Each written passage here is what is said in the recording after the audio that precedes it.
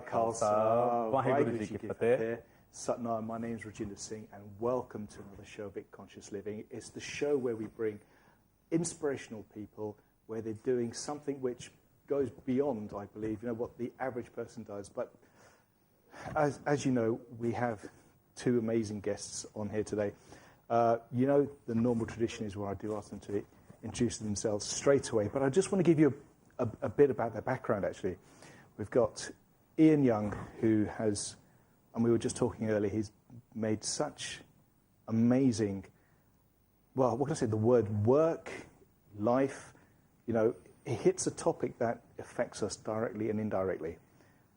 At the same token, by such popular demand, I've been talking to so many people, and it's such a pleasure, and I really mean that from my heart. We have Sukhi Wahiwala, and we had so many people asking, can we please have him back? He hits a topic which, as you know, Sangatji, the recession, the way the economy is, and we need somebody who knows how to talk to the people in a language that they can understand, and it's very rare to find such individuals. So enough of me talking, it was just a quick introduction, but I'll pass you over Ian Young of Sober Services. Satnam, and welcome to the Conscious Living Show. Thank you. Please tell us a bit about yourself in a nutshell, so the Sangat, our viewers, know a bit about yourself. Sure. Thank you. First of all, I'm delighted to be here. I'm always honoured to be a guest in any environment. This is my first experience with a TV show that considers the Sikh faith, and it's an absolute honour for me to be here. I hope that I can match up to your standards. I am one of those cases of a bad boy turned good. I was a 13-year homeless statistic, an intravenous drug user. I had never been employed. I'd been expelled from school at the age of 16 for trying to burn down the fifth form block. Well, they couldn't prove it, but that's kind of the presumption behind it. And I had lived a life up until the age of 29 that was based around hedonism and selfishness, and everything was important to me. And when I talk about selfishness and greed and self-centeredness, yes, my disregard for other people and for other people's existence or their needs or their requirements were pushed aside as I led my own life of making sure that I got everything that I wanted. And that was over 10 years ago. So that was over 10 and a half years when I came crashing down. So we're talking about 2000? 2001, I got sober, clean and sober. Wow, that's amazing. Sukhi, it's amazing because, first of all, thank you once again for coming onto the show. Honor, as always. Well, it's interesting because I do find a linkage in the aspect where Ian said that, at one point in his life, it was all about the me. Okay, now, your life has changed and it is all about serving. And so I have, since you came onto the show, I've seen what you've been doing for the Sangat, and you really are taking that aspect of serving in a way where a lot of people, they don't have the skills, and I mean this in a sense where the way your mind is, the way you interact on not just a business logical level, because I feel even somebody of my thinking would not be able to comprehend, but you bring it down to somebody of my level to say, look, this is where you are, this is where you can get to, and if you could just expand on that, just. I think the introduction has been quite an extensive one, but I'd like to say in a very simple manner that if as a Sikh we're not involved in any kind of seva meaning charitable return back to society to make it a better place, to help fellow man on a humane level, which is really the core values of what the Sikh faith actually teaches, we really are not getting anywhere in life. In theory, I found myself in 2006, prior to 2006, being in a sort of like a circular world. It's like my mind is just constantly spinning on the level of how to make money, how not to make money, how to move forward, and how to be involved. And it was always about self.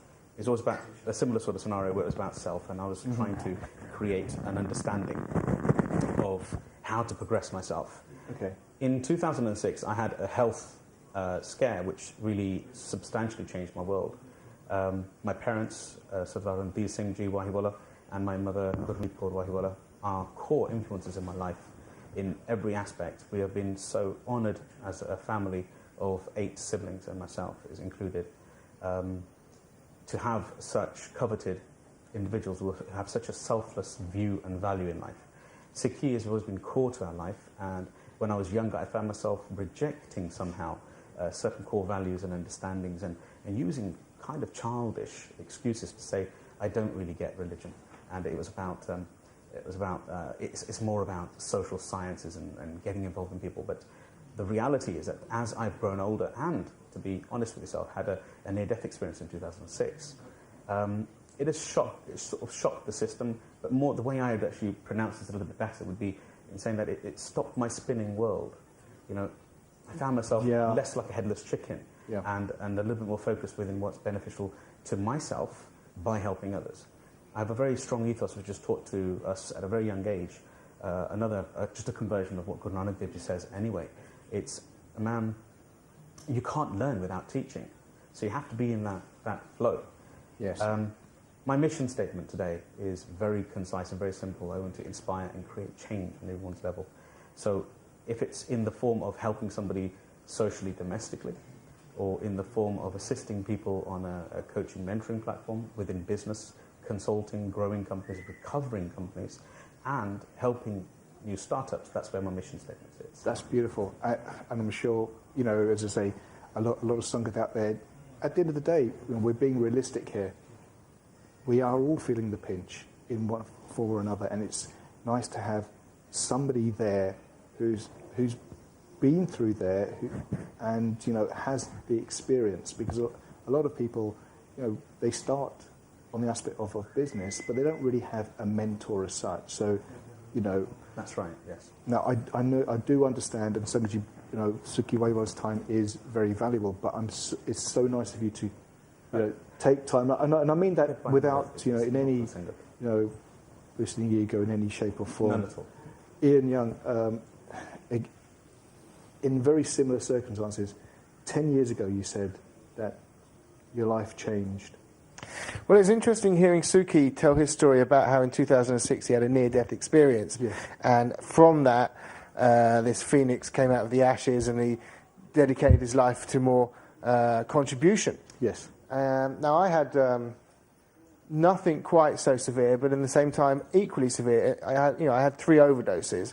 But it wasn't that got me to the point where I was ready to stop. It was actually a pain inside my soul, and the acknowledgement that I no longer liked the person that I had become, and the feelings of hopelessness around the situation.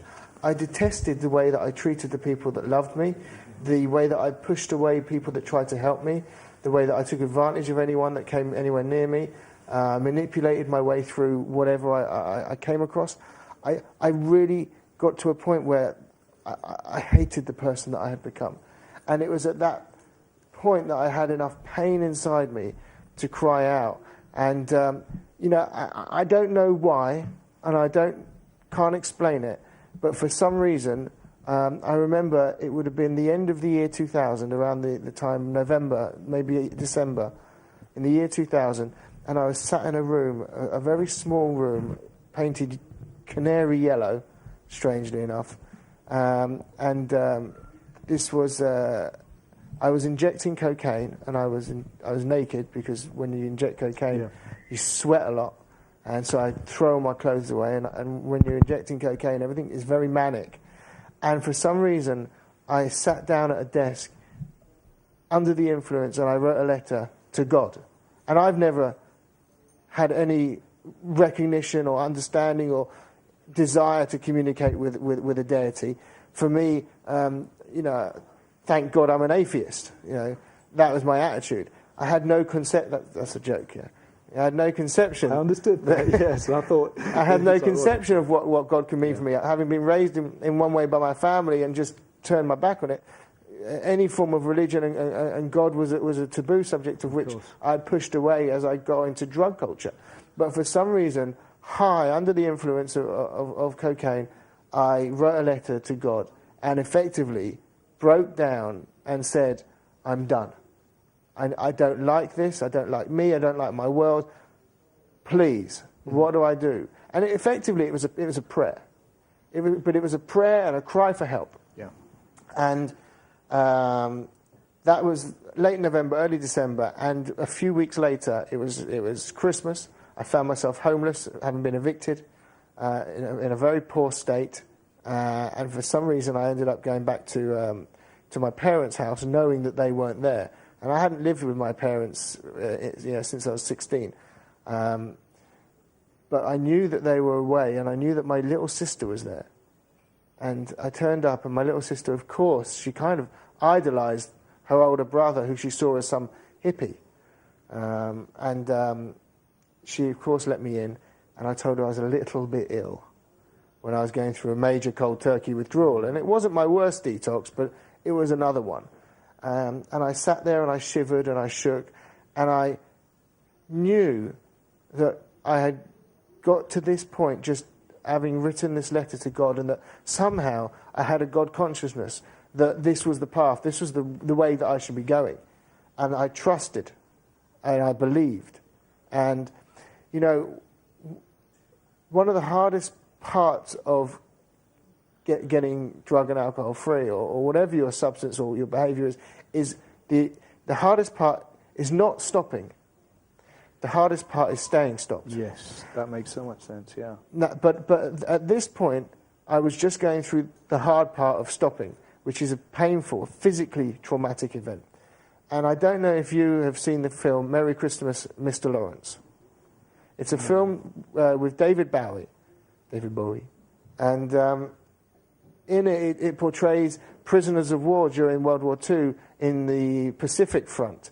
And at one point, David Bowie, as a punishment for some meaningless whatever, gets buried up to his neck in the sand and left in the blaring sun for 3 days and 3 nights with no food, no water. And I thought, watching this during my last detox, that if those unfortunates could suffer those tortures and pain and discomfort, then I can make it through this. And so that was my driving force. But I knew that not only was I going to make it through this, but everything was going to be all right, because I had already, for some reason, been opened up to this concept that God was answering my prayers. And God then delivered me through that period into exposure with other people who were on a spiritual path as a form of recovery from their addiction. Fantastic. And that's really where the journey has begun for me. So that was, in a sense, where your life, as we sort of know it from this point onwards, started. I like to say that was the new chapter in the book. Yes. That's amazing. Sukhi, it's fascinating because everyone has a driving force, and in similar circumstances, 2006, as you say, was a new chapter, if I'm correct in saying that. Yes, absolutely. In your life. Yes. Just to confirm something, that before then I wasn't in any kind of a bad mental state or a bad person trying to just turn around and rip people off in any way. Business has been running in our family for quite some generations, so it's been quite sort of natural progression to see and have like a razor-sharp vision on what I want to actually achieve in life. Yes. But 2006 actually changed my way, where what I was doing on a daily basis with my group of companies at the time, in the region of around about 5 to 10 companies, but I actually decided that it wasn't really about the money, because that was never the driver force for me. It was always about caring for my parents, for my wife, for my children, for every sibling within the family, and having a respect for my name, my God-given name, that was handed over to ourselves. So for me, it was a major clarity of understanding that to find out exactly what my purpose was in life. What was I trying to achieve in life? Where was I going? And it wasn't just about being worth 5 million, 10 million, 20 and 30. It was more about, what am I going to leave on this planet? Wow. As I mentioned last time, with Guru Nanak Dev Ji's thought processes, which are very profound in our family and life, where they asked a king, a very powerful king, to hand a needle over to him on the other side. And on the other side, I mean by when a person's passed on, going into the spiritual realm. Yes. And him realizing that he couldn't do that. He couldn't take that pin over with him. These are very profound things that were always interjected in our neurology by my honoured father in our view, and mother. That's lovely to hear, actually. Yeah, putting it in perspective. Yes, that's right, Andy. We've always had it in flow. So I just realised that, okay, what exactly can I leave here? And what exactly can I take with me? And the Barnese tells me that what I can take with me is the good name and the good fortune and the karam of what I do on a daily basis. I can take the energy and the positivity away with me. And it can help me have a better afterlife, in theory, and move through the realms. So for me, after a journey of stopping my world, which probably needed to be very substantial, I had hepatitis A, which nearly took me away from two hours away from actually being dead, I suppose you could say. At such a young age. Yeah, I was actually 31 at the time, that's right. Yeah. I actually had my 32nd birthday in hospital, to put it into context. Yeah, no, I had a day release on the day. But the point being that I now have a mission statement where I need to now share my skills that were given to me by Maharaj, by God, and the knowledge and the logic that I have, which I believe is quite unique. It's my own path, my own journey. This is not right for every single individual out there in the world, but what it will do is, I'm quite certain, because I was kind of older than my age with Maharaj's blessings, that I'd like to change more worlds as often as I possibly can. Hence why I do one-to-ones with people and one-to-ones with companies, with board of directors, to assist them to change their ways of realising that it's a top-down change management processing, that they require the alignment of what their mission is from the top all the way down through to the staff. So that's really what happened with me. It was a change in my mind. It's amazing because it's, in a sense, it was only, in perspective, 5 years ago. Yes. And yes, and you're right. As you say, before, like any young person, you were there looking after your companies, making money, and that's the most normal thing. At the end of the day, we all have to, in a sense, well, from my perspective, go to work Monday to Friday for money, for the normal. And most people, we sit at home, watch TV, and so forth. What's nice, Sukhi, is that what both Sukhi and Ian Young are both doing, because forwarding it just slightly, we go back. Ian is living a very, very different life now. Everything from his own back. So if you just, I did have a couple of years of employment, doing some 9 to 5. Don't worry, I'm still there, okay? So, I mean, at the beginning, I needed to learn social skills. I needed to learn how to fit into society. I'd kind of lived as an outlaw for many years, and so first of all, I tried. Well, my first legal job that I got was buying and selling chocolate wholesale. Okay. I found many similarities between buying and selling chocolate wholesale and buying and selling drugs wholesale, and transporting drugs all over Europe. It's funny. Transporting chocolate all over the country. Well, the concept, I mean, negotiating I've got no experience in this area, but, I'm assuming, it's a product. So on that basis... Well, drug economics is a kind of a great learning tool for any sort of economic system.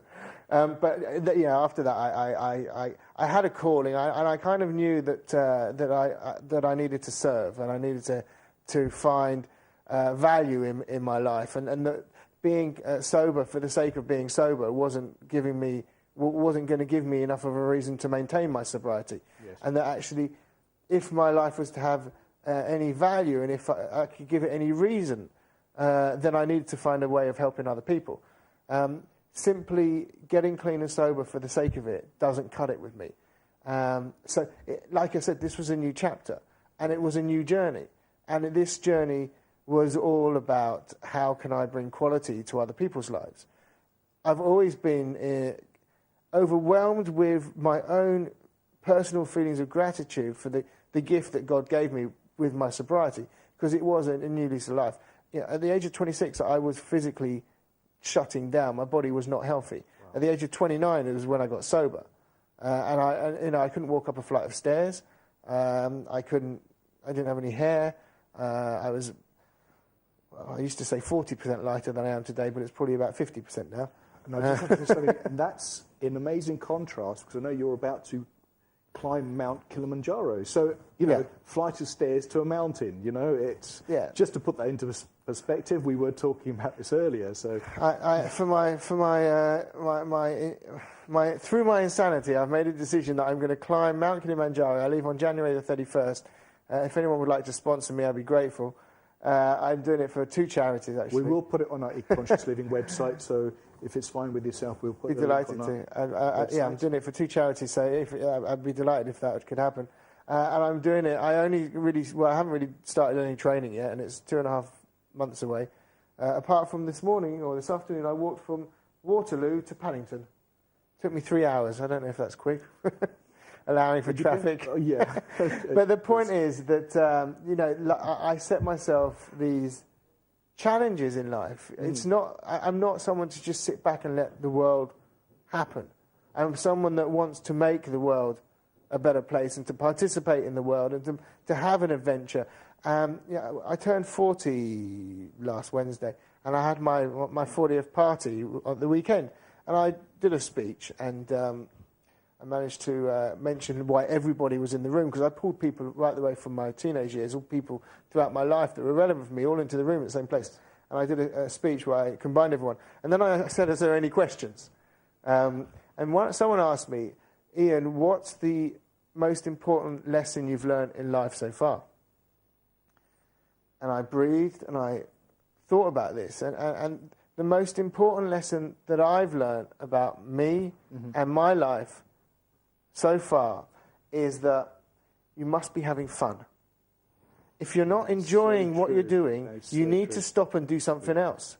If you're walking with a frown, if you're not feeling grateful and appreciating just how precious this short time in this life is, and I have no idea what comes next, but in this life, if you're not enjoying what you're doing right here, right now, you need to stop and do something else.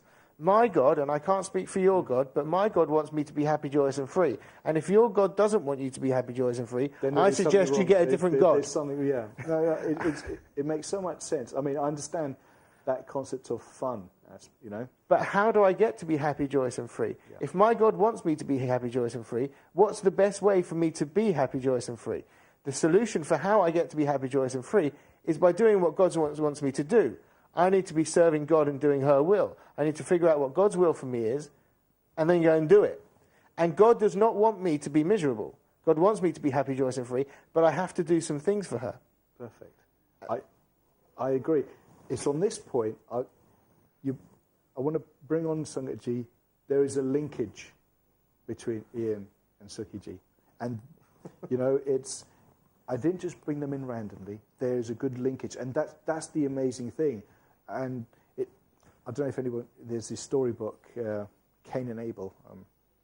And it just reminds you, people come from very different paths. And I'm just trying to think who the author is. But of the Old Testament? No. This is a story by... Cain and Abel. Cain and Abel, yeah. It's... he's saying this live on air and he can't think of the author, so I'll go back to it. Okay. This is a storybook, not the actual Cain and Abel. It's a storybook, Cain and Abel. I should have made that more clear.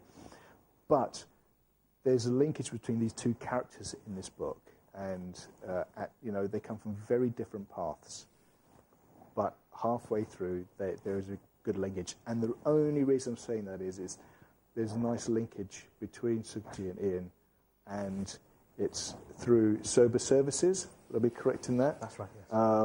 Sukhi, if you could just explain, on this aspect. And again, it's something which I think is dear to everybody, because this is something where I think everybody, Dari, can have some sort of, inspiration from.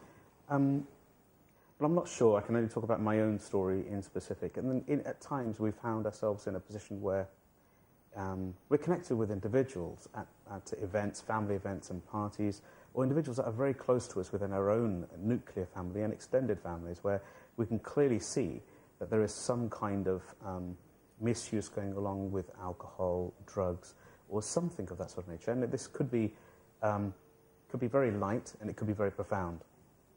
Now, how our paths have actually crossed, if I can just share, is that we've realised that we've actually got a very similar mission, in fact, virtually identical. Our mission is actually to create a sober pathway for people, realising that Sikhi is a very core belief system within keeping sober. We both have a very clear synchronicity where Guru says very clearly that replace your need for any kind of misuse and replace it with the name of God.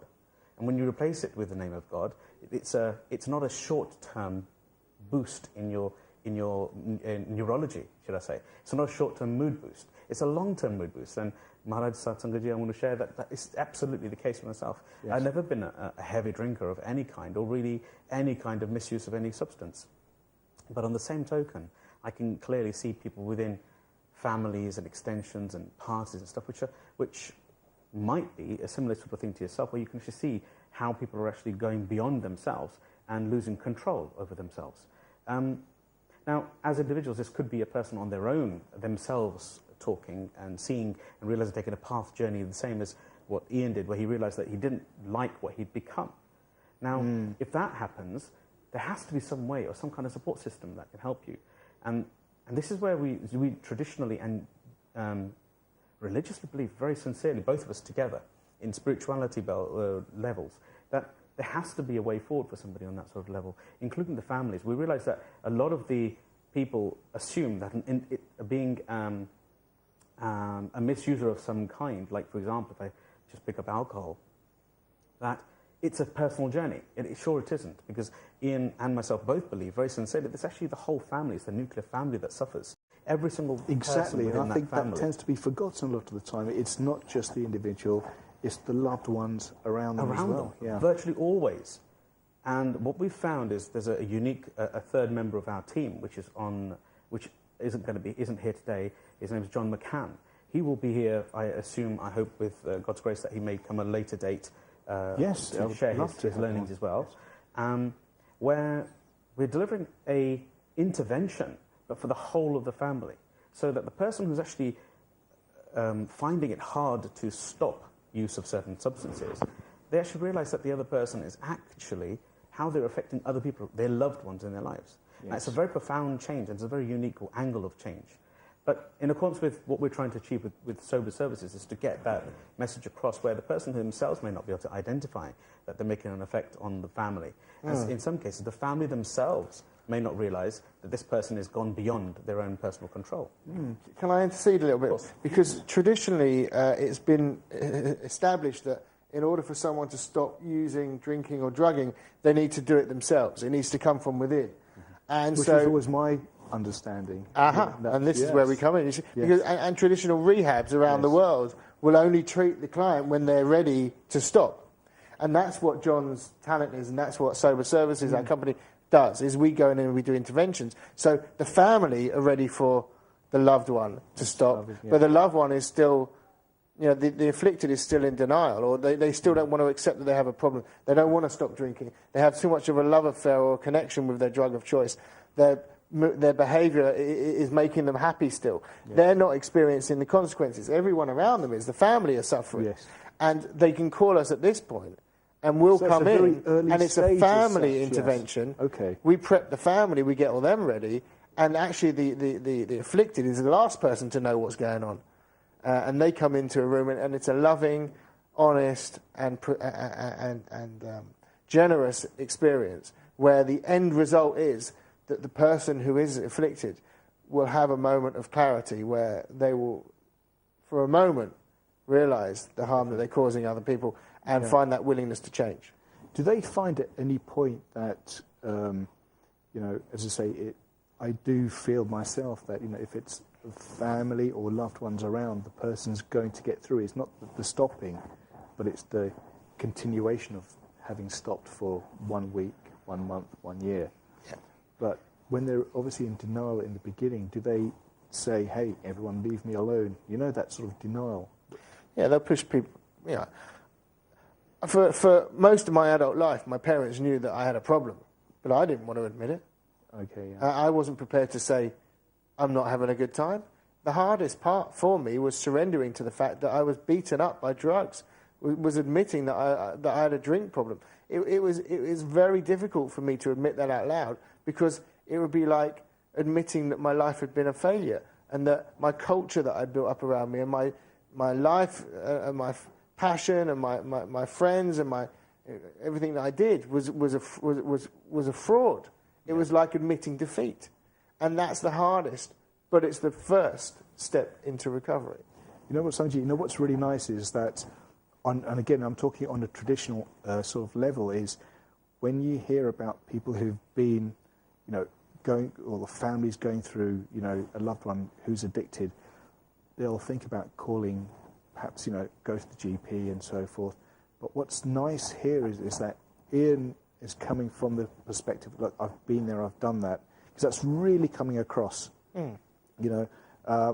And you've got the aspect of Sukhi there who's there to say, look, Groff, we can, both of us, put you in the right direction, because I think most people's fear, and that, you know, perhaps even the Sangat, the viewing Sangat, is that, oh, if I give a call, you know, the honour of the family and so forth. I think that's understood, where, you know, you're coming there to say, look, it's not something we're going to just shut away, you know, put under the carpet. Well, first of all, every inquiry is treated anonymously. I don't expect and I don't demand anyone's surname. Everything is handled with absolute delicacy, and it's really it's a loving process.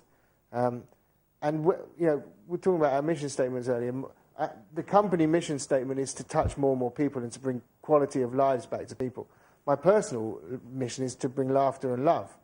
But where Sukhi and I connect is on this kind of spiritual plane, where we just want to see how we can make a difference.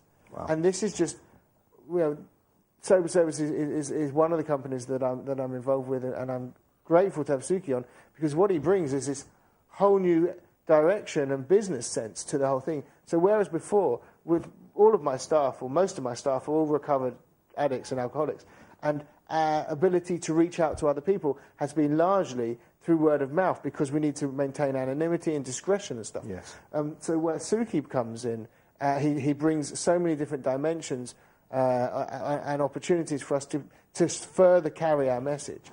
I can totally see that, Ian, because, as I say, it's very rare. And Sukhi, I'm talking this in a sense where, you know, I really do mean it's not in any way to boost your ego, because I know you're not there for that. What is nice is that a lot of companies, and, you know, I think, you know, what Ian's talking about is something which does affect. It's got no, you know, when it comes to addiction, drugs, it doesn't take into account anyone's faith, gender, nationality. It hits everyone. And it's nice that there's somebody out there doing something, what they're passionate about. But at the same time, realistically as well, it's also nice to have somebody who has the business acumen side as well, but is there also with a linkage to say, hey, I'm there to serve as well. It's very rare, and it's nice to have that combination, and that's, you know, it's nice. We can better carry our message. Exactly, yes. If we're better at carrying the message.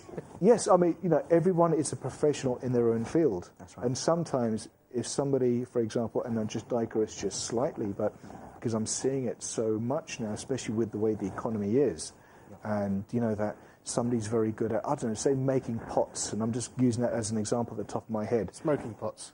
Hopefully not, it'll be just, you know, clay pots, yeah? But if that's their area of expertise, it doesn't mean that they necessarily know how to market those pots to the wider audience, to show how good their skill is in making the pots. So, you know, everybody has their skills, but very rarely do you get that combination. And I'm glad, Sukhi, in a sense, that you've come into an area which is, you can always put your finger on. but it is affecting everybody. It sure is. It's affecting everybody, and even the families that believe they're not being affected are being affected without a doubt. Now, this doesn't mean that you become less religious or a complete atheist if you are under the influence. Now, what I'm trying to explain here is this is a natural path. This is a journey for an individual. Yeah. Everybody has their own hukum cut out for them, which is hukum meaning their own destiny cut out for them. What we've got to do is realize that we've got to do certain key things in our life. If we can call to our own expertise at some form in our life, some kind of time in our life to realize who we are, what we are, and how we can deliver and add value to others. Because a part of Seva is not just about... Seva has such a wide berth for me. It isn't just about changing, taking water to the thirsty. It's not only about serving langar at the Gurdwara, which I originally thought, genuinely, and I'm hoping there's some other people out there who are following my flow as well. When I was younger, I used to think Seva meant, standing and vartang langar, dishing out langar in the Gurdwara Sahib on a Sunday. Not realizing that Seva is from within. It's the intent that we produce behind ourselves. The intent itself between murder and manslaughter being so profound that we intend to help somebody or we don't intend to help somebody. A lot of things that I'm planning for today is about just calling upon the best of yourself.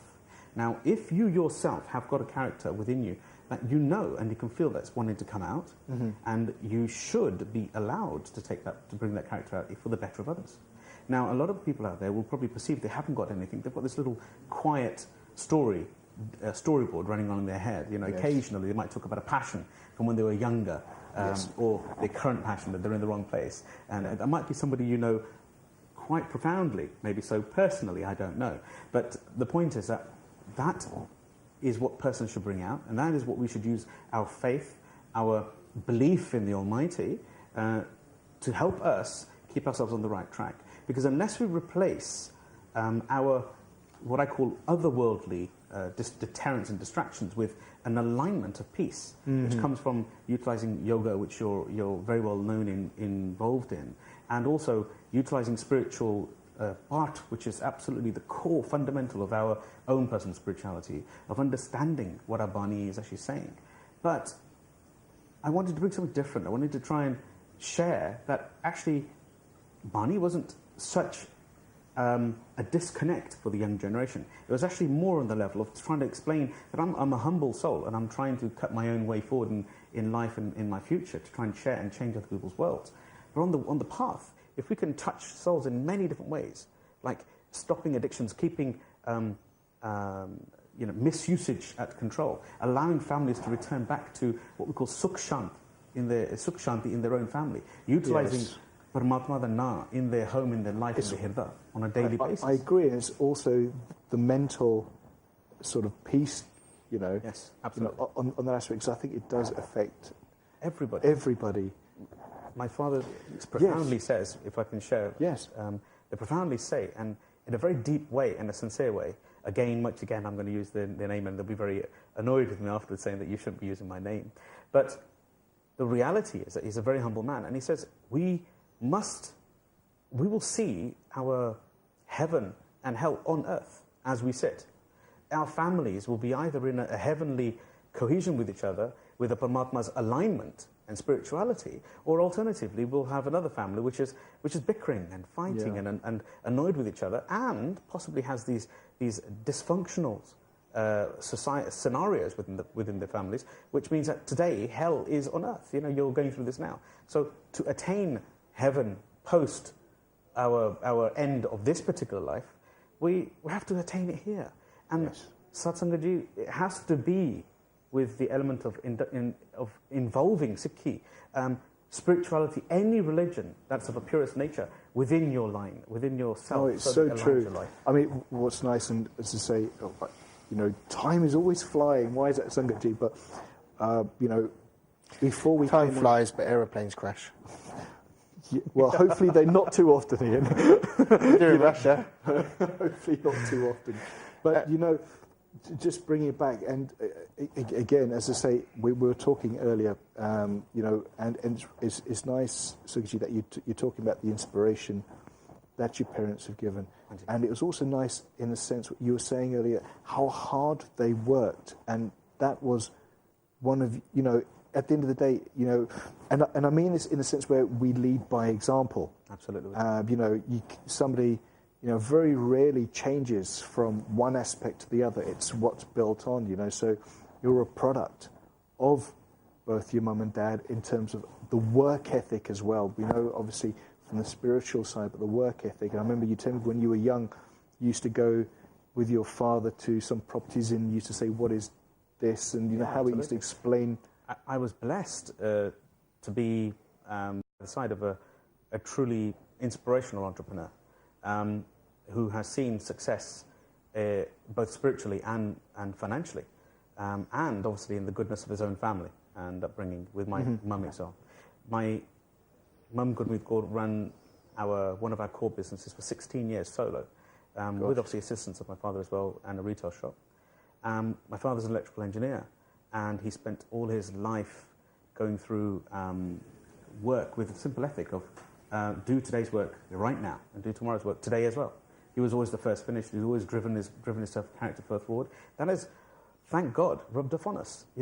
From whether it's waking up at 5 o'clock in the morning to go and collect stock and buy gear, buy stuff, buy stock, buy items to come back and retail within your store, or whether it's being on site in the development at the early hours of the morning, or whether it be being in the Gurdwara side, helping people in the certain elements. Getting that balance right, yes. We have to be a do now purpose.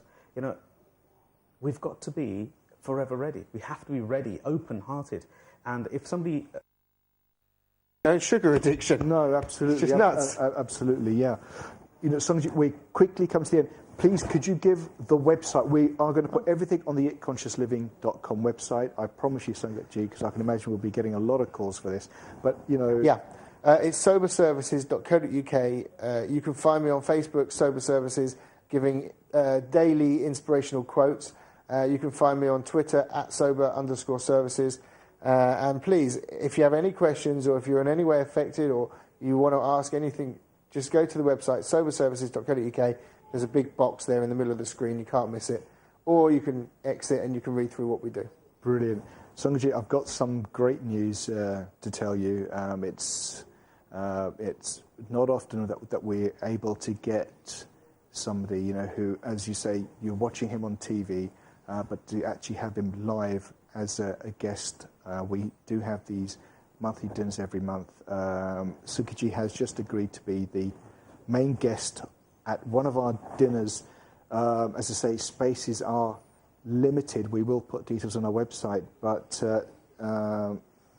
he'll be talking, as you say, just the aspects. If you're worried about how your business is going or where you're heading, or just need some impartial advice, as I say, I understand your time is valuable. Thank you for agreeing to come. It's more than an honour, and there's nothing. We are not individuals who are looking for fault in myself or anybody else. No, it's just simply the skills, G, because it's just simply the skills. Especially at the way the economy is at the moment. It's nice to have somebody who can just partake of those skills. We all have our individual skills. This is a skill you've been gifted with, and it's nice of you to give that. I'm genuinely honoured to have even been asked. So no, thank you. We will put details on there. And Ian, as I say, if the song they want to get in touch, okay, we're going to put all the details on our website as well. Thank you. I really wanted to talk so much more that I can carry on talking for another 2-3 hours. There's so much. If you would consider coming back at a later date. Be delighted to. I would like to finish with one thing that helped me. And I had a mentor, a sponsor. I had a mentor.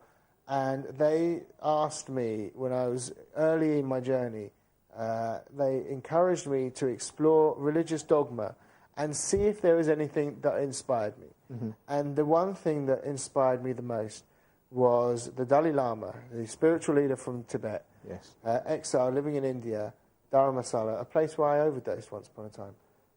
Another story. And the Dalai Lama said, a spiritual life is one being of service to others. Yes. And it was at that point that the penny dropped for me. That's beautiful. That's exactly what we believe in over here. That is one of the main foundation principles of Sikhi as well. So it's nice to have that linkage, you know. So, Sangaji, thank you once again for watching. You know, thank you to both Sukhiji and Ian Young. Thank you so much for taking the time to come to the studios. And next week, you know, we're going to have some more inspirational guests. We're going to have one particular Singh who gives the people who travel the world a run for their money. He travels so often, but in a way where, you know, he comes across and he tells us so much. Interestingly, we will be talking about the Dalai Lama aspect as well. So make sure you tune in next week. But time is quickly running across. Thank you so much. And if anybody ever feels that they need to get in touch with myself, by all means, please, if it's okay, just... Could we, yes. It's www.sukhi, spelled S-U-K-H-I, Sukhi Wahiwala, WAHIWALA.com. And obviously the details are on your site. I will put everything on there, Sangaji. I'll put everything on the itconsciousliving.com website. So we'll make sure, and as I say, we will be honoured to have Sukhi live, you know, as a guest at one of the dinners. But thank you so much, and see you again next week. Waheguru Ji Ka Khalsa, Waheguru Ji Ki Fateh.